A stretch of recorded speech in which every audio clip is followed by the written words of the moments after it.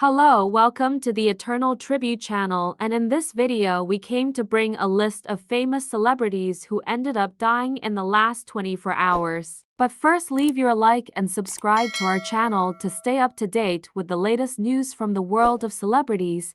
So let's go straight to Brian Mulroney. Former Progressive Conservative Prime Minister Brian Mulroney has died, according to his family. Daughter Caroline Mulroney, now a cabinet minister in Ontario's provincial government, made the announcement on X Thursday evening. On behalf of my mother and our family, it is with great sadness we announce the passing of my father, the Right Honourable Brian Mulroney, Canada's 18th Prime Minister. He died peacefully, surrounded by family. His daughter Caroline Mulroney, a veteran cabinet minister in Doug Ford's Ontario government, wrote, "Mulroney suffered health problems off and on through his life. He was never an athlete, and there were no press photos of him water skiing a la Jean Chrétien or backflipping into a pool a la Pierre Trudeau. He was a heavy smoker for years before quitting." In his memoirs, he wrote candidly about his realization in early 1980 that I had developed what could only be described as a serious drinking problem. He quit drinking on Street Jean Baptiste Day that year. He was found to have a lesion on his lung in 2005 and underwent successful surgery. However, he subsequently developed pancreatitis and spent several weeks in hospital. In April, Mulroney was treated for prostate cancer in Montreal. Caroline Mulroney said in August that his health was improving daily following the cancer treatment and a recent heart procedure. Brian Mulroney was just weeks shy of his 85th birthday. Mulroney was part of the conservative trifecta in the West that rose to power in the 1980s, along with British Prime Minister Margaret Thatcher and U.S. President Ronald Reagan. He served as Prime Minister from 1984, taking over from John Turner in a landslide election, until 1993, when he resigned and was replaced by Kim Campbell. Born in Baie-Comeau, Q, Mulroney studied politics and the law before entering elected politics. He's best known, decades later, for his negotiations leading to the Canada-United States Free Trade Agreement, which later became the North American Free Trade Agreement. His unpopular introduction of the federal GST and his wide-ranging privatization of Crown corporations, including Petro-Canada and Air Canada. Betty Holzendorf, a former Florida senator and representative from Northeast Florida, has died.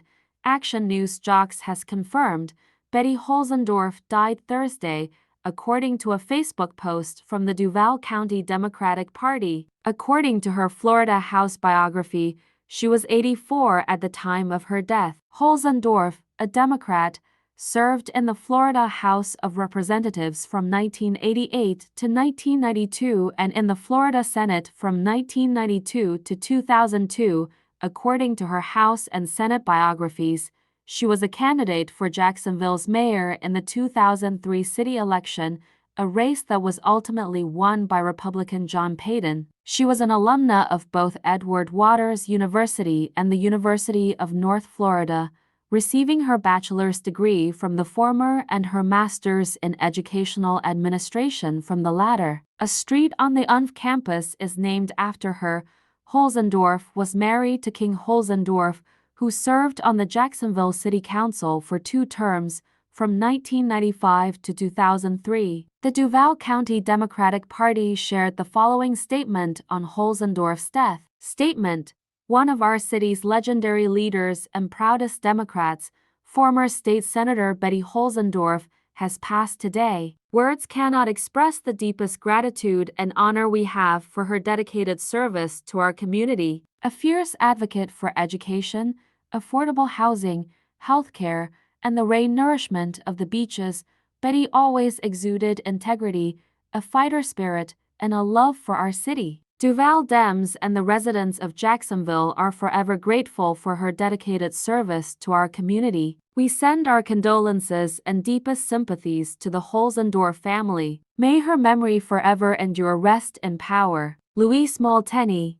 Luis Molteni, an Italian character actor who was able to lend his face to numerous characters in cinema, television, and theater, passed away at the age of 73 in Rome. His last film, Romeo and Juliet, in which he stars alongside Pilar Fogliati, is currently in Italian cinemas. Born in Seregno on November 5, 1970, and known as the Italian Danny DeVito due to his resemblance to the American star, Molteni acted in many films, making his film debut in 1980, aged 30, in I Made a Splash by Maurizio Nichetti. During his career, he has worked with the biggest names in Italian comedy, from Nichetti to Verdone, from Carlo Vanzina to Roberto Benigni, from Neri Parenti to Leonardo Pieraccioni, from Giovanni Veronese to Christian Di Sica. Also indulging in excursions outside the genre, exploring the thriller with Dario Argento Yellow, The Papermaker, the drama with Giuseppe Tornatore, The Legend of the Pianist on the Ocean, and the romantic comedy with Federico Mocha, university students Much More Than Friends, and Gabriele Muccino, Like You Know One Ever. Linda Graf TT. Linda Graf TT, a longtime New York stage actress, has died. She was 77. Her death was confirmed by the National Black Theatre in an Instagram post the organization shared on Saturday. Her son, David Graf TT, also told The Hollywood Reporter that she died last Friday in a New Brunswick, New Jersey hospital. Graf TT, who was born in Harlem in 1946, held a lifelong career in the theater and made her Broadway debut at just 4 years old in The King and I, as multiple outlets reported. She also made several appearances on local New York television, performing as a child, and made a debut at Carnegie Hall by age 9, according to Playbill and the National Black Theater's obituaries. She graduated from Howard University in Washington, D.C. in 1971 and acted in a number of off-Broadway productions over the years, including the plays The Old Settler, Crowns, Intimate Apparel, Miss Witherspoon, The Little Foxes, Skeleton Crew, and The House That Will Not Stand, per Playbill. On Broadway, she appeared as a standby in 2001's King Hedley 2 and starred in 45 Seconds from Broadway that same year. Her Broadway credits also include a starring role in the original cast of Doubt and an understudy role in 2008's Cat on a Hot Tin Roof, per Playbill. Ilias Logothetis. Greek theater and the film industry mourn the loss of the renowned actor Ilias Logothetis, who passed away at the age of 85 on Wednesday.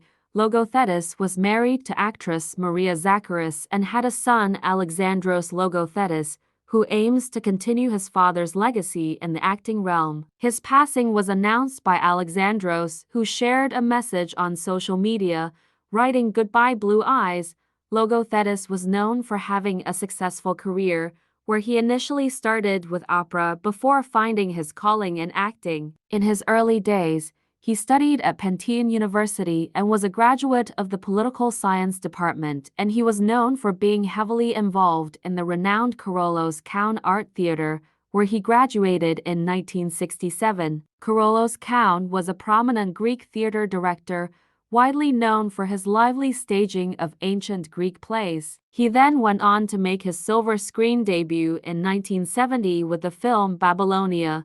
Throughout his career, Logothetis collaborated with big names in the industry including Yannis Furtis, Xenia Kalogeropoulou, Kakia Analytis Costa Regopoulos, Nikos Xanthopoulos, Thanasis Vegos, Angelos Antonopoulos, Maranta Kounalakis, Spyros Evangelos Amphitheater, and many others. Dave Meyers. Dave Meyers, best known as one half of Britain's adored Harry Biker's TV chef duo, has died after a battle with cancer, his co-star and longtime friend C. King said Thursday. He was 66. Myers and King found fame in the UK and beyond with their Harry Biker's TV series, an unlikely combination of motorbike travel show, humor, and cookery program. The formula proved hugely successful, and the bearded duo has published more than 25 cookbooks. Myers first announced he was receiving treatment for cancer in 2022. He didn't provide details about his diagnosis.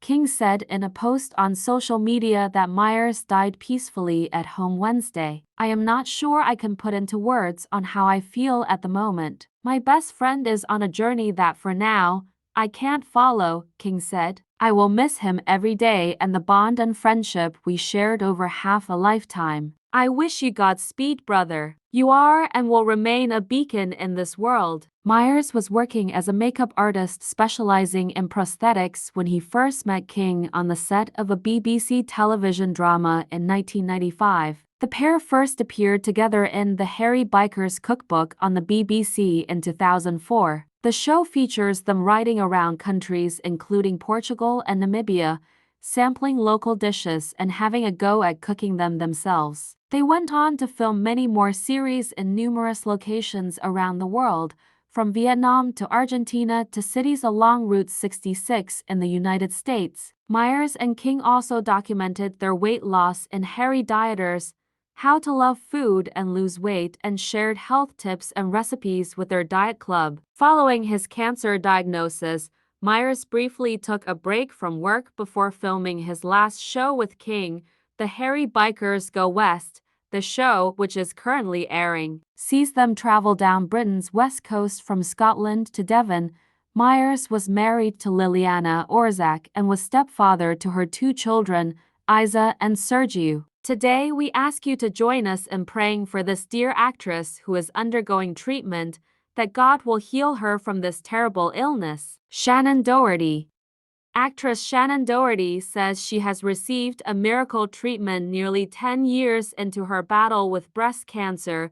Doherty, 52, revealed on her podcast, Let's Be Clear with Shannon Doherty, that a new treatment she is undergoing appears to be working after the cancer spread to her brain. I'm on a new cancer infusion. After the 6th, 7th treatment, we really saw it breaking down the blood-brain barrier, Doherty said. So I call that a miracle? Yeah, for me that happens to be a miracle. The charmed and Beverly Hills 90,000 to 110 actress was first diagnosed with breast cancer in 2015, after which she underwent a mastectomy, chemotherapy, and radiation. In 2017, Doherty announced she was in remission. 3 years later, Doherty announced her breast cancer had returned and was stage 4. Last year, she revealed that the cancer had spread to her bones and her brain, and that she had undergone surgery to get a tumor removed from her brain. The blood-brain barrier is a physical membrane that surrounds the brain and acts as a gatekeeper to determine what substances are allowed in the brain,